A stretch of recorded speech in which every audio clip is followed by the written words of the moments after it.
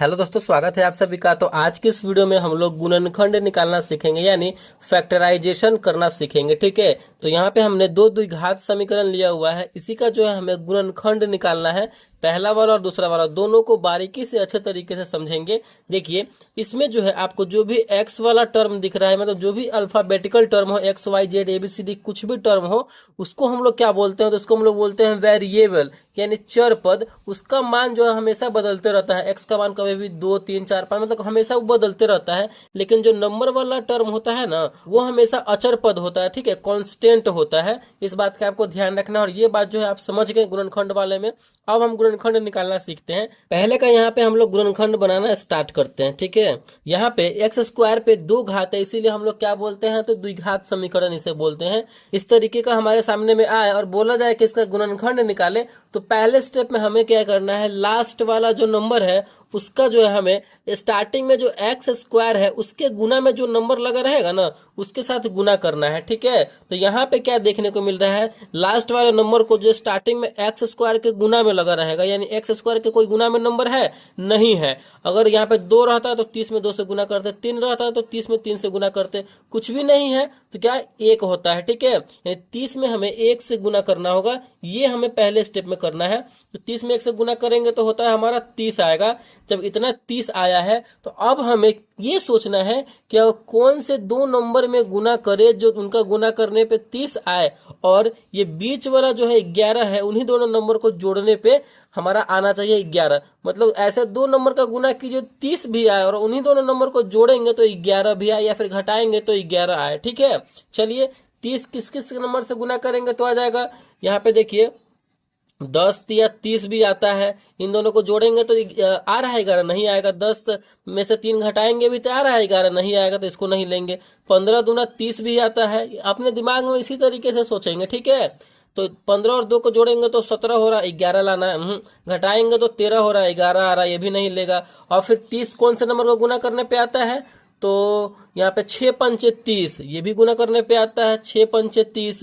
अब देखिए 30 तो आ रहा है, और जोड़ने पे 6 5 11 भी आ रहा है, और गुना करने पे हमारा 30 भी आ रहा है, और जोड़ने पे 11 भी आ रहा है। यानी ये वाला हमारा जो है यहाँ पे सेटिस्फाई हो रहा है, तो इसी को हम लेके चलेंगे। इसी तरीके से जो है आपको अपने दिमाग में सोचना है। ठीक है, गुणनखंड बनाते टाइम।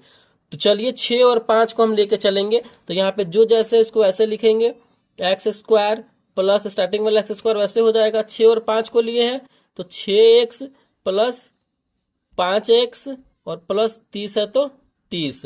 ठीक है, चलिए फिर क्या करेंगे? फिर देखिए इतना करने के बाद इन दोनों में से अब जो कॉमन होने वाला है गुना के रूप में, उसको हम बाहर कर लेंगे। यानी इसमें x है, इसमें भी x है, तो हम क्या करेंगे? x को बाहर निकाल लेंगे गुना के रूप में। फिर यहाँ पे क्या बचेगा? तो x बचेगा। यानी x में x से गुना करेंगे तभी ना एक्स स्क्वायर होगा। x तो बाहर निकाल लिए हैं, 6x था यहाँ पे, तो क्या हो जाएगा? 6 बचेगा गुना के रूप में। ठीक है, क्योंकि 6 में 1 से गुना करेंगे तो 6x, और x में 1 से गुना करेंगे तो एक्स स्क्वायर। ठीक है, इतना हो गया। अब ये जो बॉक्स में हम इधर लिखे हैं, बिल्कुल थोड़ा सा जगह देके एक और बॉक्स बनाएंगे, और इधर लिखेंगे x प्लस 6। इस तरीके से ऐसे करना है। और यहाँ पे अब देखिए कितना से गुना करें x में, जो 5x हो जाए, और कितना से इसमें गुना करेंगे 6 में, जो 30 हो जाए। सिंपल। अगर हम यहाँ पर प्लस 5 से गुना करते हैं x में तो 5x, और 5 में 6 से करेंगे तो 5 6 30 हो गया। बिल्कुल हो गया। चलिए अब x में और प्लस 5 को एक बार साथ में लिख देंगे, x प्लस 5, और इन दोनों सेम है ये दोनों, तो किसी एक को लिख दीजिए, x प्लस 6। ये रहा हमारा गुणनखंड बन के तैयार हो चुका है। इसी तरीके से जो है हमें गुणनखंड को बनाना है। आई होप आप जो है सीख गए होंगे कि कैसे हमें बनाना है।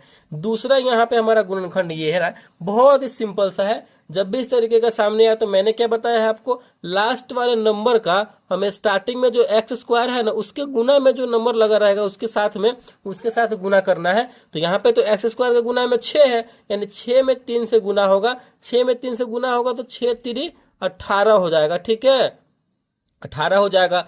अब 18 ये जो हुआ है, अब हमें ऐसे दो नंबर का गुना करना है जो दोनों को गुना करने पे 18 आए, और उन्हीं दोनों नंबर को जोड़ने पे 11 आए। ठीक है, या फिर घटाने पे 11 आए।